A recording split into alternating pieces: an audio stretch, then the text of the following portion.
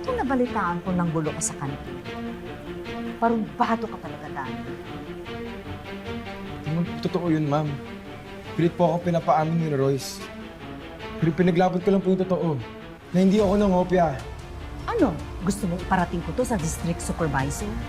Kaya kong gawin yun. Hindi kita titigilan hanggat hindi ka umaamin. Akala mo titigilan kita? Ilalagay ko sa record mo na nangopya ka sa exam. Walang eskwelang tatanggap sa'yo kahit saan. Tingnan ko lang kung makapag-aral ka pa ulit. Huwag naman po, ma'am. Gusto po magkapagtapos. Magagalit si nanay sa akin. Dani, umamin ka na. Umamin ka na kasi. Magsabi ka na lang sa'yo. Hindi kita yun. Tama na.